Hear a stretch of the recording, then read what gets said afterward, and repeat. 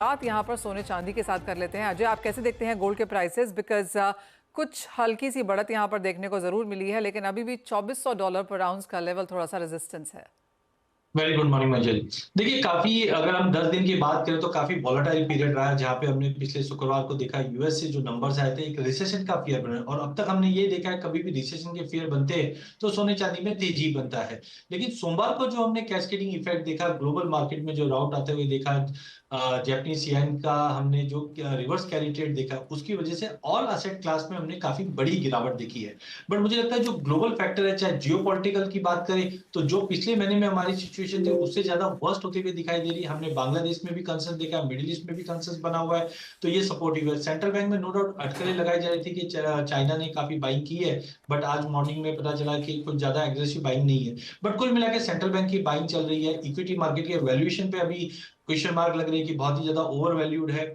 और interest rate में जहां 0.25 की बात कर रहे थे, अब 0.5 तक के कंफर्मेशन मिल रहे हैं। इनफैक्ट ऐसा भी हो सकता है कि ये साल में हम 1% या उसके बियॉन्ड भी रेट कट देते हैं। तो ये सारे फैक्टर लॉन्ग टर्म गोल्ड को काफी स्ट्रॉन्ग सपोर्ट देते हैं। तो मुझे लगता है कि मंडे की गिरावट के बाद पिछले 2 दिनों में मार्केट काफी कंसोलिडेट कर रहा है। इस वक्त भी हम देखें तो 2390 $2400 के करीब या 69,000 के करीब एमसिक्स पे ट्रेड कर रहा है। तो मुझे लगता है हो सकता है आज भी मार्केट एक सीमित दायरे में ट्रेड करता हुआ दिखाई दे। बट कुल मिला के अगर हम अभी भी लॉन्ग टर्म व्यू लेके चलते हैं सोने में, तो इंटरनेशनल में आई एम एक्सपेक्टिंग के ईयर एंड तक $2600-2700 जो गिवन जियो पॉलिटिकल टेंशन बना हुआ है, और डोमेस्टिक मार्केट में फिर से हम नया हाई लगते हुए देखेंगे। लेकिन आज के ट्रेड सेटअप की बात करें तो मुझे लगता है 68,750 पे लेना चाहिए, 68,500 तक का स्टॉप लॉस लगाइए। लिमिटेड अपसाइड है क्योंकि डेटा पॉइंट ज्यादा नहीं है, तो 69,200 69,500 तक आज गोल्ड जाता हुआ दिखाई दे सकता है। ऑल राइट, तो खरीदारी की यहाँ पर राय है और आज ही के दिन में 300-500 रुपए की तेजी हम यहाँ पर बनता हुआ देख सकते हैं। साथ ही अजय, चांदी के प्राइसेस को आप कैसे यहाँ पर देखेंगे? क्योंकि यहाँ पर जो गिरावट है वो ज्यादा रही है सोने के मुकाबले। हम 27 के लेवल्स भी यहाँ पर तोड़ते हुए नजर आए अंतर्राष्ट्रीय बाजारों में। बिल्कुल, चांदी काफी ज्यादा अगर हम बोले अंडर परफॉर्मिंग है, और उम्मीद पूरे साल से बनी हुई थी वो है चाइना से। बिकॉज जैसे कि हम जानते हैं कि इंडस्ट्रियल डिमांड का जो लीडिंग इंडिकेटर है वो चाइना है, और चाइना में पिछले 3-4 महीने से फैक्ट्री ऑर्डर्स या फैक्ट्री एक्टिविटीज के जितने भी डेटा है, मैन्युफैक्चरिंग डेटा है, यहाँ पे सब कॉन्ट्रैक्शन आते हुए दिखा, डिस्पाइट जो रेट कट्स हुई है या जो स्टेप लिए गए उसका भी असर नहीं। तो दोनों ही, चाहे बेस मेटल की बात करें चाहे चांदी की, दोनों में गिरावट है। गोल्ड सिल्वर रेशियो में अगर हम देखते हैं तो 90 का लेवल था मार्च में, जहां से घटकर 72 तक का लेवल देखा गया था जब चांदी ने नया हाई डोमेस्टिक मार्केट पे मारा था। करंटली अभी ये 88 89 के करीब है, जो दर्शाता है कि चांदी में वीकनेस कंटिन्यू थी।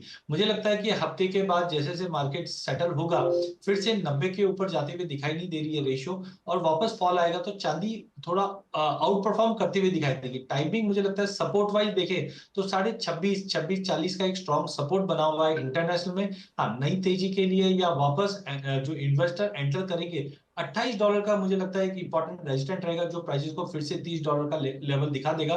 डोमेस्टिक मार्केट पे हमने देखा रुपए की गिरावट की वजह से थोड़ी सी गिरावट इंटरनेशनल के मुकाबले कम दिखाई दे रही है, और रुपए में मुझे लगता है और गिरावट बढ़ सकती है आने वाले टाइम में, जिसके चलते वर्स्ट इन केस 76 77 के जोन पे चांदी सपोर्ट लेते हुए दिखाई देगी।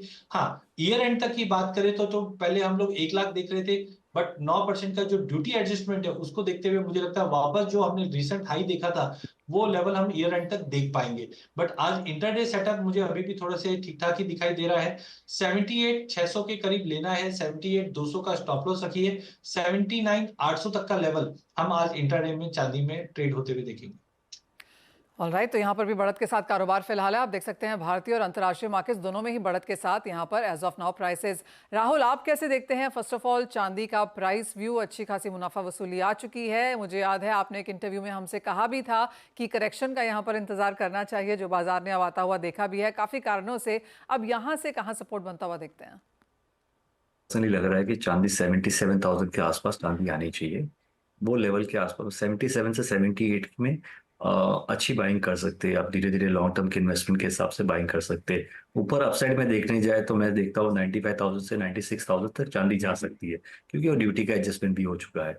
मगर ये लेवल्स पे चांदी बाइंग करना, धीरे धीरे बाइंग कर सकते हैं, खराब नहीं है रेट्स।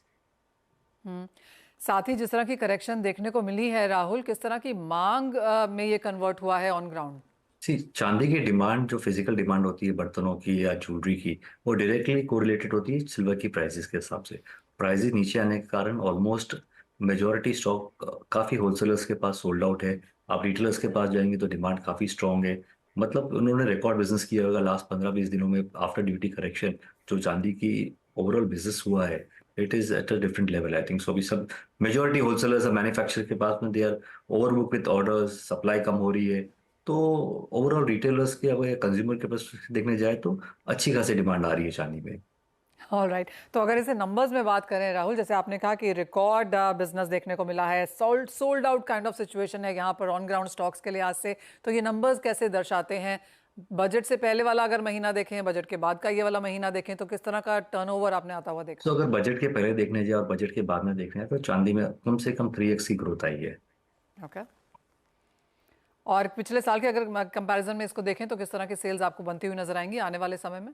ये अगर मैं कंपेयर करूँ पिछले साल से तो चांदी की सेल अगर ये जो पीरियड में रहता है तो चांदी is almost 1.5x than the previous demand, last year की डिमांड के हिसाब से। और चांदी की अगर ये प्राइसेस स्टेडी हो जाती है तो हमें लगता है दिवाली भी काफ़ी स्ट्रॉन्ग रहेगी और ये लेवल पे लोग काफ़ी इन्वेस्टमेंट भी कर रहे हैं।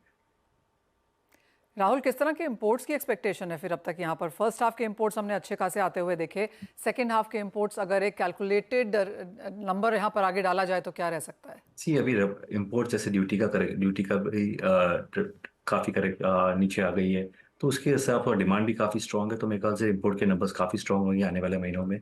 और जिस हिसाब से डिमांड भी चल रही है तो मुझे लगता है कि लास्ट ईयर के रिकॉर्ड के आसपास अपन चांदी होनी चाहिए अगर इस तरह पे चांदी रही तो।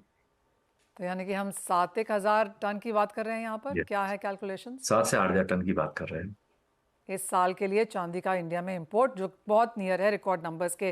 राहुल, बहुत शुक्रिया साथ जुड़ने के लिए और वो सारे नंबर्स भी शेयर करने के लिए। तो क्लियरली करंट लेवल्स पे अच्छी खासी खरीदारी है, वो नंबर्स राहुल ने शेयर किए ही हैं कि बाजार यहाँ पर अच्छे खासे तरीके से चांदी में इन्वेस्ट कर रहा है। चांदी के सभी तरीके से यहाँ पर बाइंग बनती हुई नजर आ रही है और पिछले साल के मुकाबले अच्छे खासे नंबर्स होने की उम्मीद भी।